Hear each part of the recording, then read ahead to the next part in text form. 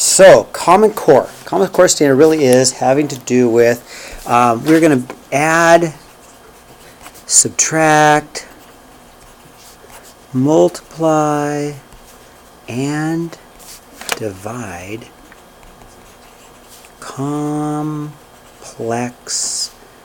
numbers. Okay, go ahead and write that down. So is the date 11/9? Is that better? How's that? Is that better? 11/9?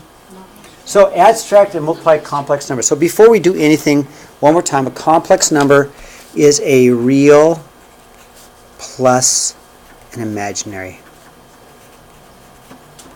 Okay, that is a complex number. Okay, there's a real plus an imaginary. Okay, so example 1, and I'm probably going to try and use a couple of different colors, but we'll do A. So first of all, graphing is really easy. It's just like graphing a point. Am I going slowly enough? It's real easy. Come on in, Jaden, you're like a couple of periods ahead, but that's okay, you're in the college. Come sit down, you can get the lesson, and then you'll have it done. Here.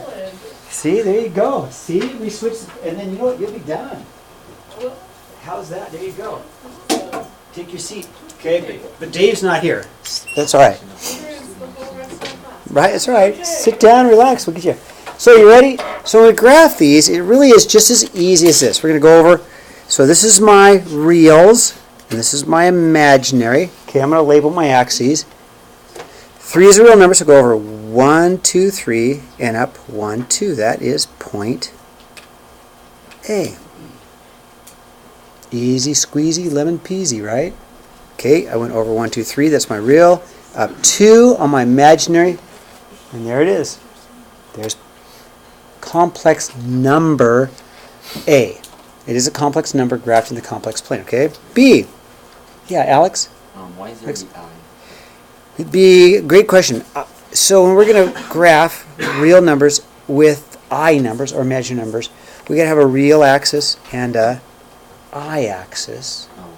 Right? Does that make sense? So the I's are going to be the up and down like the Y's, and the reals are going to be the overs like the X's. So let's check this one out. 4. We're going to go 1, 2, 3, 4 on the reals and down 1, 2 on the I's. So there's B. How am I doing? C. It's not really that tricky, right? What do you think? So go over 1, 2 and up what? Because there's no I's, right?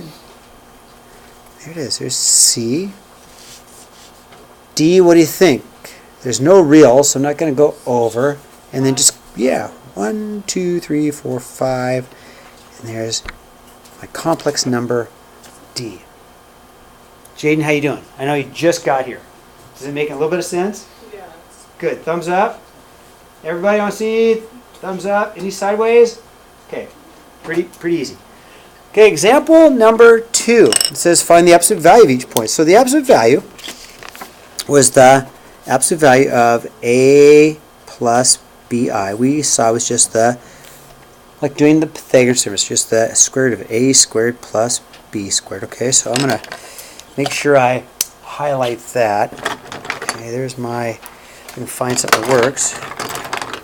Right, there's my absolute value, and there's what I'm going to do. Okay, so on number 1, or A, excuse me, A, I'm just going to take the square root of 3 squared plus 2 squared.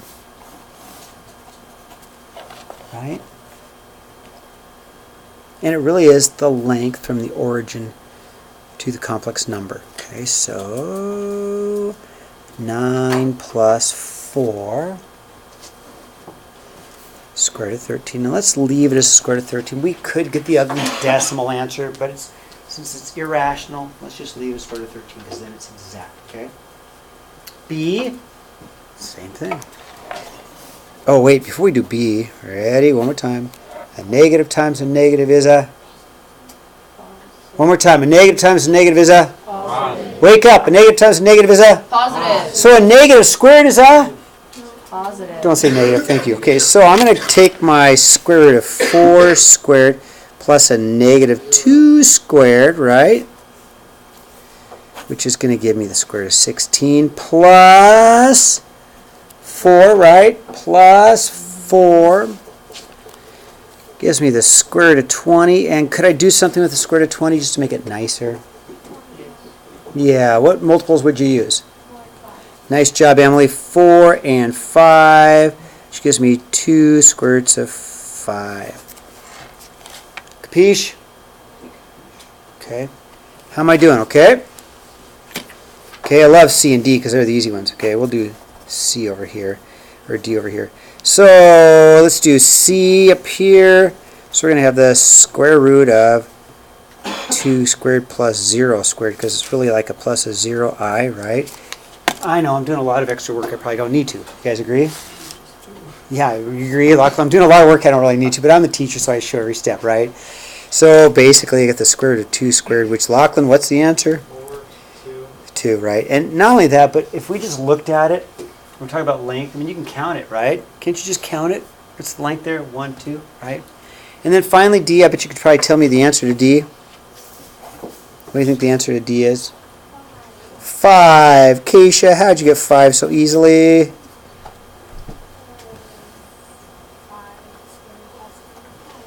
Yeah. So we'll go the square root of 5 squared, which is 5. Or we can count the length, right? 1, 2, 3, 4, 5. Got it, okay?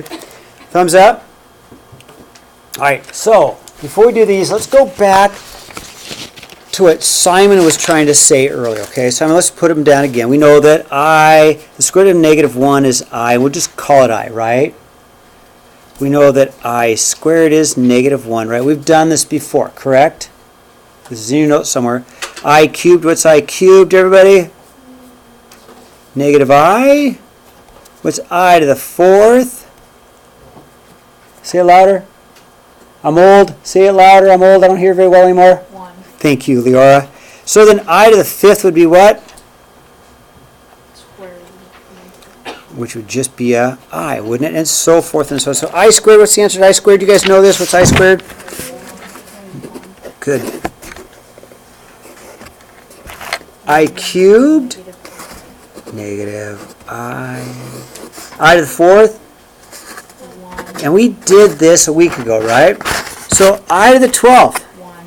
How'd you get that so quick? Because it's multiple of 4. Do you hear what she said? Can I write it down? Okay. Here's what Leora said. Don't let Leora answer all the questions, everybody, right? Leora's thinking, okay, I to the 12th, same thing as I to the 4th times I to the 4th times I to the 4th times I to the 4th. Now this is really a long way to do it, you guys agree? Which is 1 times 1 times 1 times 1 times 1, which is, right, 1. Okay, thanks, Leora. So it's a perfect multiple of 4, isn't it? So it brings us right back to I to the 4th, which is 1. Good job. Okay. How about I to the 15th? Negative I. Negative I. Nice job. How'd you get that so fast? Where'd you come from? 3.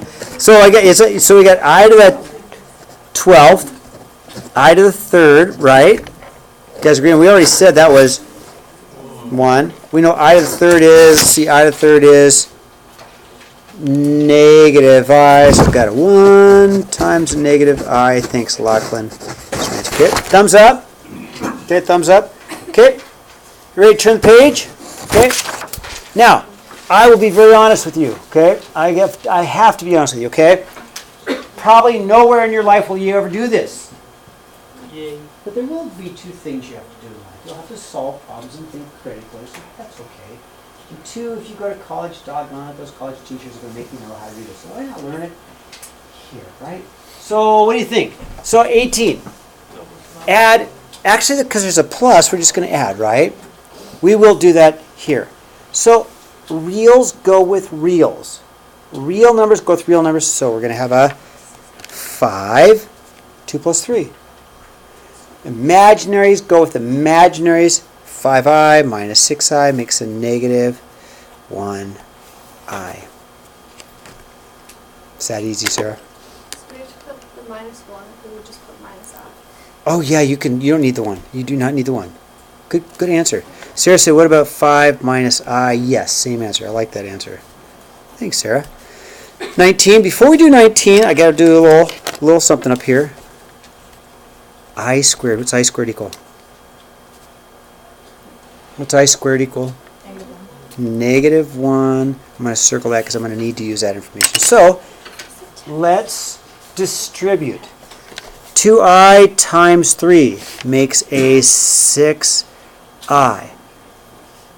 2i times 2i makes a negative 4i squared. You are not finished yet because I squared is equal to negative 1, isn't it? So I'm going to rewrite this as 6i minus 4 times negative 1. Where'd the negative 1 come from?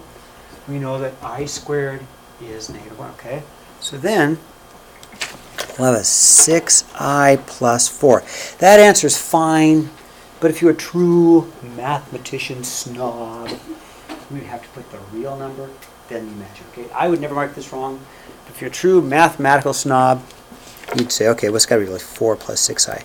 Because the rule is a plus bi. So the rule is real plus imaginary. I would never, this is fine, this is better, okay? This is the way that a mathematical snob like me would want, okay? How am I doing? Okay, there's 1 thumb up, 2, 3, pretty easy so far. Okay, now, somebody said FOIL, right? So there's absolutely nothing between these two parentheses. We know if they're right next to each other, we have to multiply, right? So we're going to double distribute, that's what I like to call it, or double smiley, or call it FOIL, whatever you want to call it, but let's multiply, okay? Let's multiply. So, you ready? 2 times 5 is 10. 2 times 7i is a positive 14i. Negative 3i times 5 is negative 15i. Negative 3i times a 7i is a negative 21i squared. And I'm just going to, for the heck of it, highlight that I squared, okay? And I'm going to highlight it.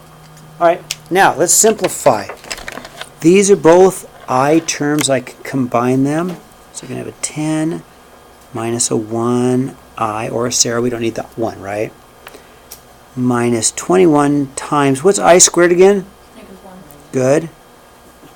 I'm going to have a 10 minus 1i plus 21, because I multiplied negative 21 times negative 1. And the last thing I'll do is I'll just combine my two real terms and make a 31 minus a 1i. And again, Sarah, you're right, we don't need the 1, do we? No. Okay, thumbs up. Took a few more steps. The big key is this. I squared is negative 1. I'll say it again. The big key is what? I squared equals negative 1. What's I squared? Negative 1. Good. So when you see I squared, what are you going to write? Negative 1. All right, good. I know 3 or 4 of you are going to write negative 1. Okay, let's hope everybody else does, right? Okay, so now 21 breaks the rule. 21 breaks the rule, right?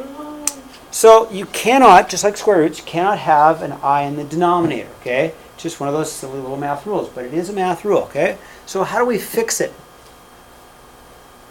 Wake up. Hello, how do we fix it?